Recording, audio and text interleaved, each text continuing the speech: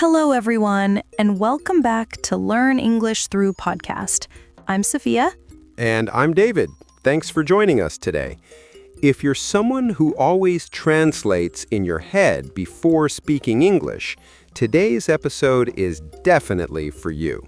Yes, because our topic is how to make your brain think in English. This is one of the biggest challenges for English learners around the world. Exactly.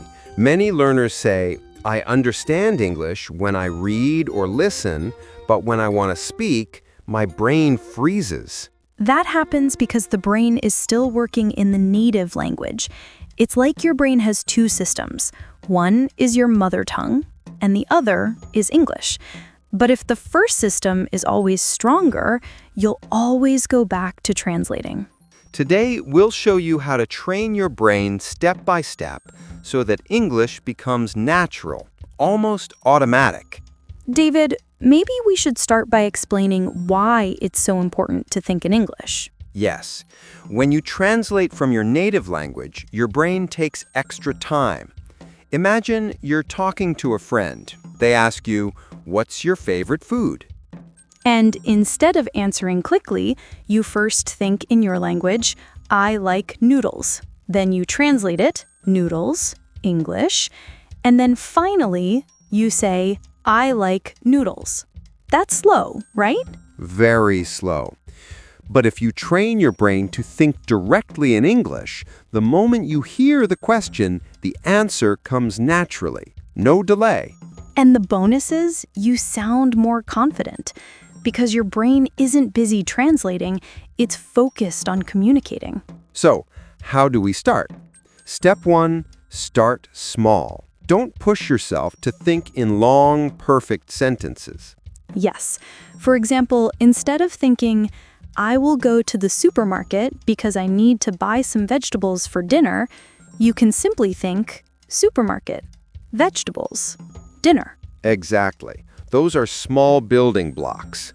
Over time, your brain will naturally connect them into longer sentences. It's like how children learn language. They don't start with big grammar. They start with one or two words. Milk, play, no. And then slowly they build full sentences. So, if a child can do it, you can too. Step 2, narrate your daily life.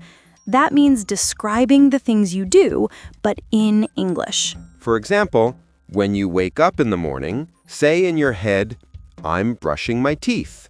I'm washing my face. I'm drinking coffee. It doesn't have to be complicated. Even 3 or 4 words are enough. Shower now. Breakfast time. And the more you do this, the more your brain gets used to English as your everyday tool. Yes, and here's a tip. If you don't know a word, don't stop. Just describe it with other words.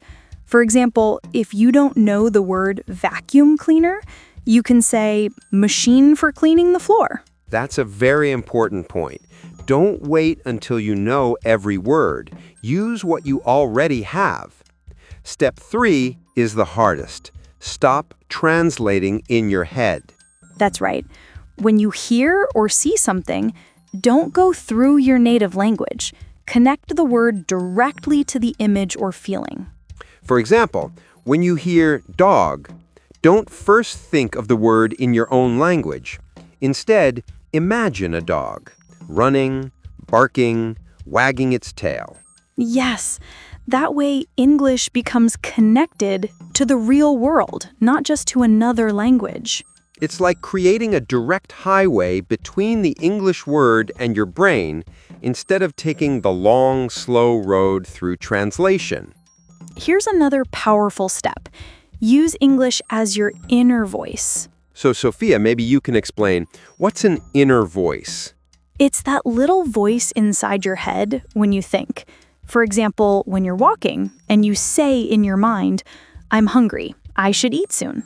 Yes, we all have that. So instead of doing it in your native language, switch to English. For example, I'm tired, I need to rest. At first, it will feel strange, but if you keep doing it every day, your brain will naturally become comfortable thinking in English. Now, let's talk about immersion. Immersion means surrounding yourself with English as much as possible. Watch movies, listen to podcasts, read books, and even change your phone or social media language to English.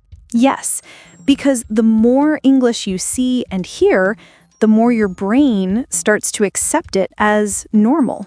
Think about babies again. They don't study grammar first. They just listen and absorb. And one day, they suddenly speak.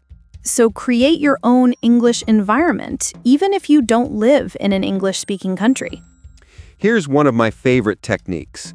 Practice conversations in your head. Yes, role play. Pretend you're in a real situation and answer in English. For example, imagine you're at a restaurant.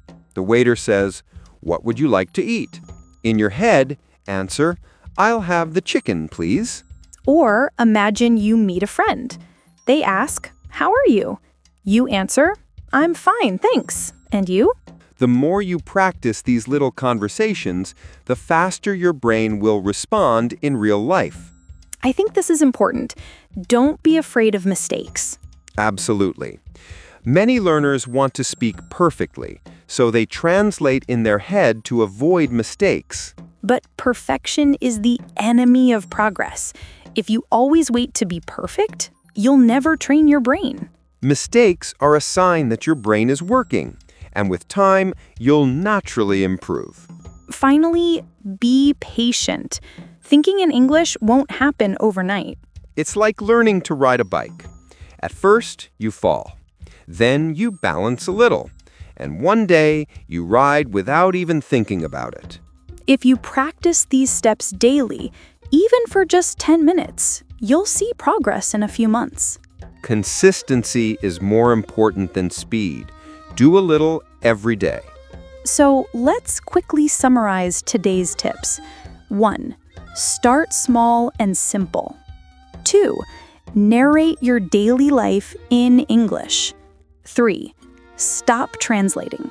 Connect words directly to images. 4. Use English as your inner voice.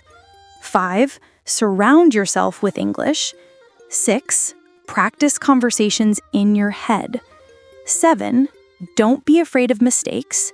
And 8. Be patient and consistent. Exactly. If you follow these steps, your brain will slowly switch to English mode, and speaking will feel much more natural. That's all for today's episode. We hope these tips help you train your brain to think in English. Thank you for listening. Don't forget to subscribe and share this podcast with your friends who are also learning English. And you can leave us a comment below. We'd love to hear how you practice thinking in English. See you next time. Bye-bye.